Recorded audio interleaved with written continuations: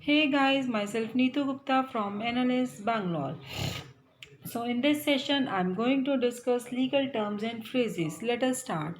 So first is unfair competition. अब unfair competition क्या है कि there is a some आप कोई business कर रहे हो fraudulent way से कर रहे हो wrongful method से कर रहे हो business और किस purpose के लिए ताकि आपको unfair advantage हो over the other competitors. क्या जैसे एडवर्टाइजमेंट कर रहे हो तो उस एडवर्टाइज से आप मिसलीड कर रहे हो, कोई ट्रू स्टेटमेंट्स नहीं दे रहे हो, उसमें आपने कहा है कि हमारे शोरूम में आके इतना ऑफ लगा है, जबकि आप जब आपके शोरूम पे जा रहे हो आप नहीं दे रहे हो, तो you are misleading the customers.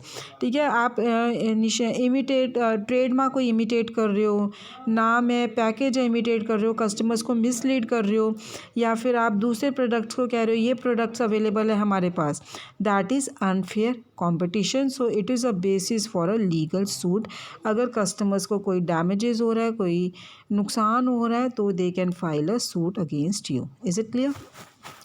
Next is uniform commercial code. Uniform commercial code means कि यहाँ पे एक स्टैचूज़ आपके कुछ रूल्स रेगुलेशंस बताता है कि बिज़नेस किस तरह से कंडक्ट करने हैं, कोई सेल किस तरह से है, कोई वारंटीज़ हैं, negotiable instrument, everything they mentioned about such things. That is uniform commercial code. Next is unilateral contract. Unilateral contract कौन सा होता है?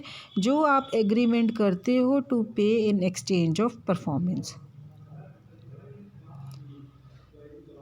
सपोज अ यूनिलेटरल कॉन्ट्रैक्ट में it is distinguished from the bilateral contract. Bilateral में क्या होता है? Exchange of one promise for another. Unilateral में क्या है कि आप पे कर रहे हो in exchange for the performance if the potential performer chooses to act. That is a unilateral contract. Next is uninsured motorist clause. अब नाम से ये पता लग रहा है अनइंश्योर्ड मोटरिस्ट क्लॉज कि वो इंश्योर्ड नहीं है। Is it clear? कि विच इज़ नॉट इंश्योर्ड। तो एक इंश्योरेंस पॉलिसी में क्लॉज होगा ऑटोमोबाइल की जो प्रोवाइड करता है आपको वो क्लॉज कि जो ओनर है ऑटोमोबाइल का, he is injured by the, अगर वो इंजर्ड हुआ है ड्राइवर की, दूसरे व्हीकल के ड्राइवर की नेग्लिजेंस के वजह से, और उसका लाइबिलिटी हुआ उस and he does not have a liability insurance, तो इंश्योरेंस कंपनी उसको इंश्योर्ड एक्चुअल डैमेजेस पे करेगी। Is it clear? So that why it is name uninsured motorist close की जो इंश्योर नहीं है उसके लिए भी वो उसको इंश्योर करेगी। Then unissued stock. Unissued stock means जो किसी कंपनी के शेयर्स ऑफ स्टॉक्स हैं and that are authorised by the article of incorporation, लेकिन वो कभी इशू नहीं किए गए हैं। जो स्टॉक कभी किसी को इशू नहीं किया गया, although they are mentioned in articles of incorporation also, उसको हम क्या बोलते हैं? Unissued stock. Is it clear? Treasury stock से ये डिफरेंट है। ट्रेजरी स्टॉक्स क्या होते हैं? Stock that was issued and then required by the corporation. Is it clear? That is unissued stock. Next is unjust रिचमेंट।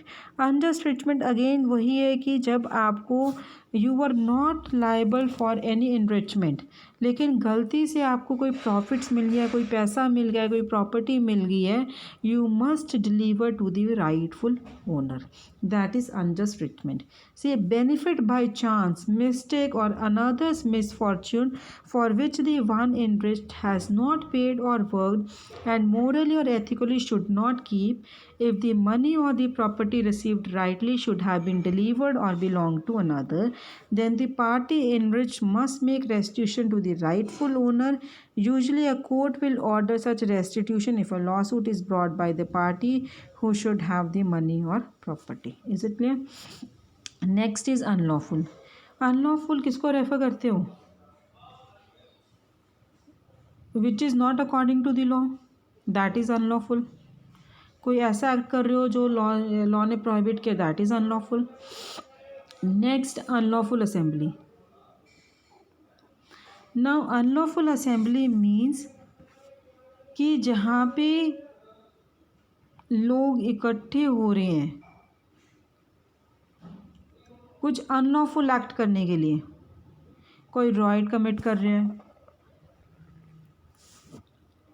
5 या 5 से ज़्यादा लोग इकट्ठे हो रहे हैं और वहाँ पे ये है कि they will endanger the public, that is unlawful assembly, इसको प्रोहिबिट कर सकते हो।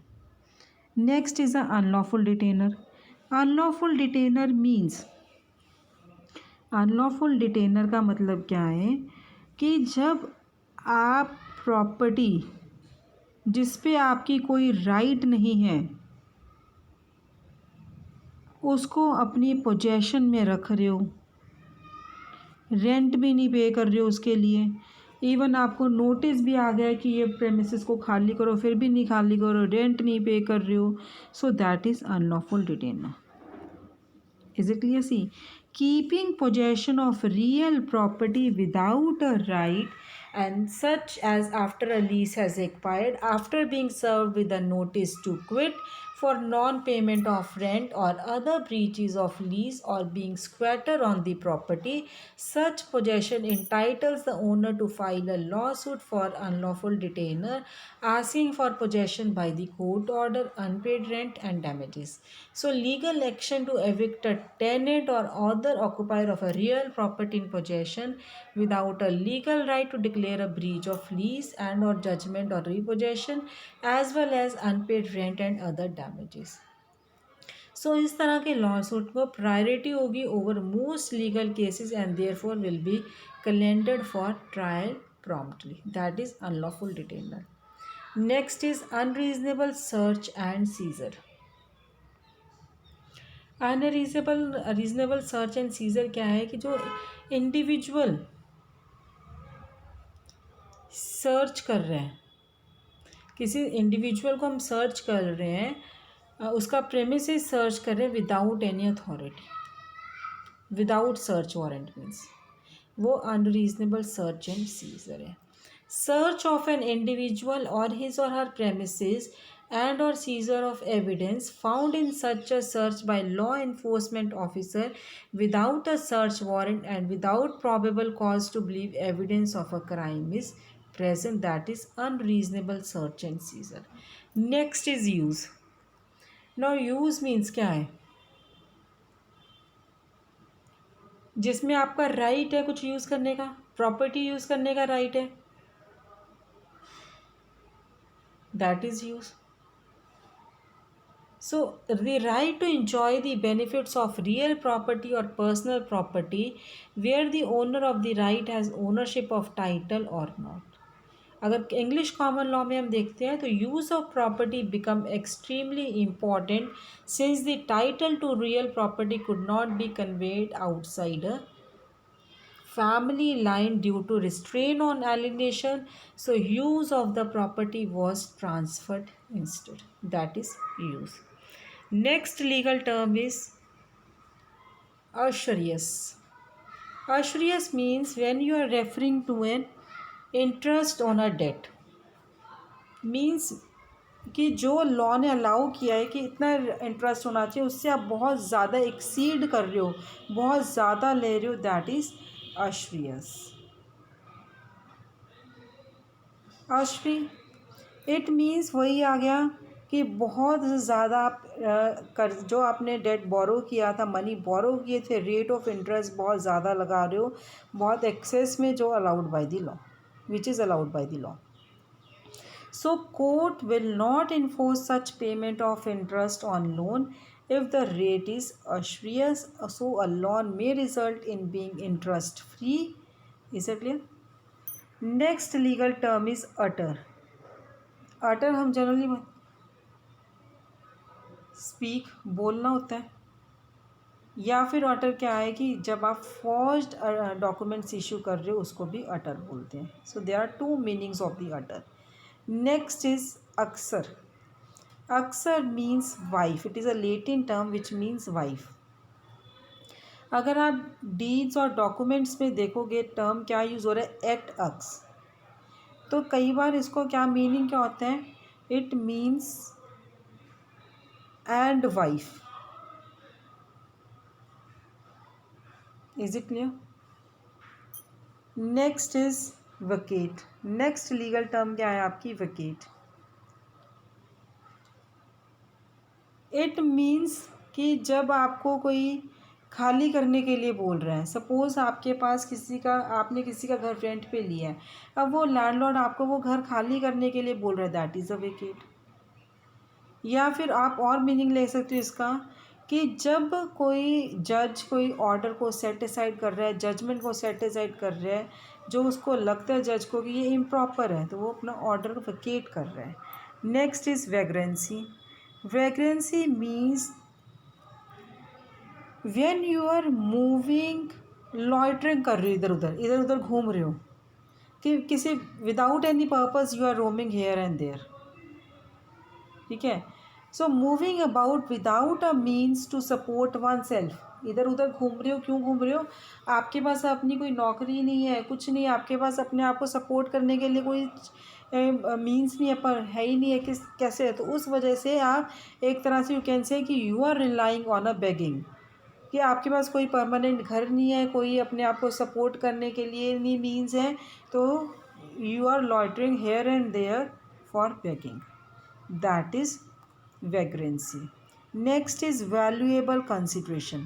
Valuable consideration means जो consideration है ये आपका essential element है कॉन्ट्रैक्ट में, विदाउट consideration योर कॉन्ट्रैक्ट है वो क्या होगा, void होगा।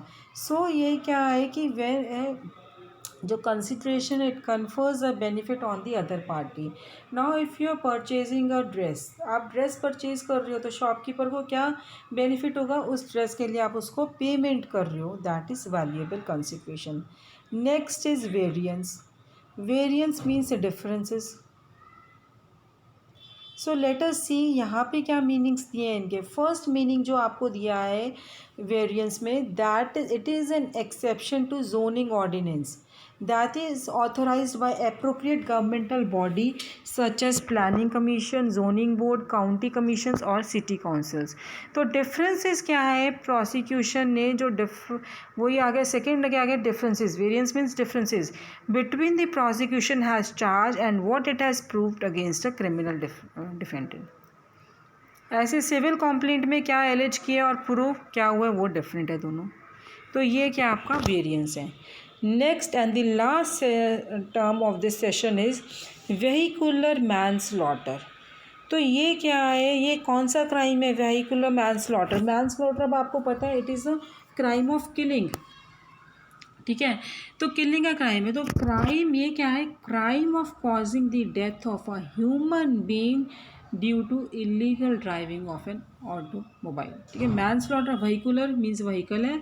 तो जब आप इलीगल ड्राइविंग कर रहे हो किसी ऑटोमोबाइल की, उसमें आपका ग्रॉस नेग्लिजेंस भी है, ड्रिंक करके ड्राइव है वो भी इंक्लूड हो जाता है, रेकलेसिंग ड्राइव कर रहे हो या स्पीड बहुत ज़्यादा कर रहे हो, तो वो आपका और उस वजह से किसी पर्सन की डेथ कॉज कर रहे हो, that is vehicle manslaughter. So it can be charge as a misdemeanor, means कि माइनर क्राइम से हम चार्ज कर सकते हैं with a maximum punishment of year in county jail और ओनली अ फाइन और felony depending on the circumstances.